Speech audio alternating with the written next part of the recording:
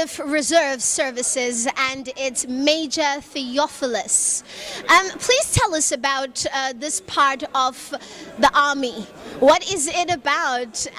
Is it the unemployed that are unemployed from where, etc.? I think it is a very important arm. So tell us about it, its objective, and how is it managed? Okay.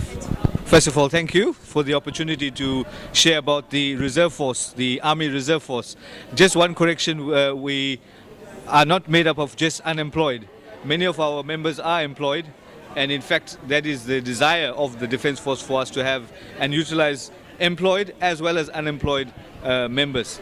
The reserve is made up of mainly ex-military personnel, so we do not take anyone off the street without any military experiences.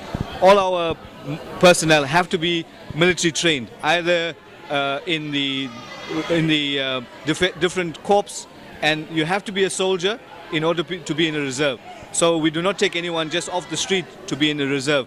Many of the reserves are employed, as I mentioned, where they serve a full-time capacity, they hold a job, and they dedicate and volunteer their time, which they are paid for. Whatever time that they volunteer, they are paid for. Many of the reserves are specialists in their different fields.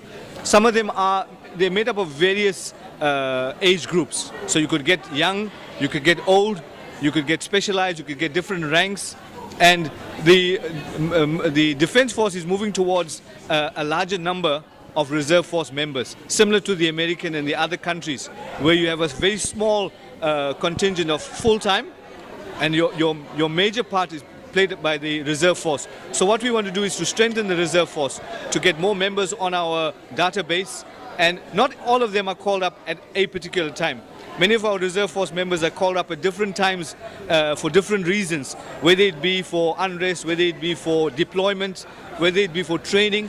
So our Reserve Force can be a vast array of people. And we, as I said, mentioned before, we want to make the Reserve Force quite a larger community in the Defence Force.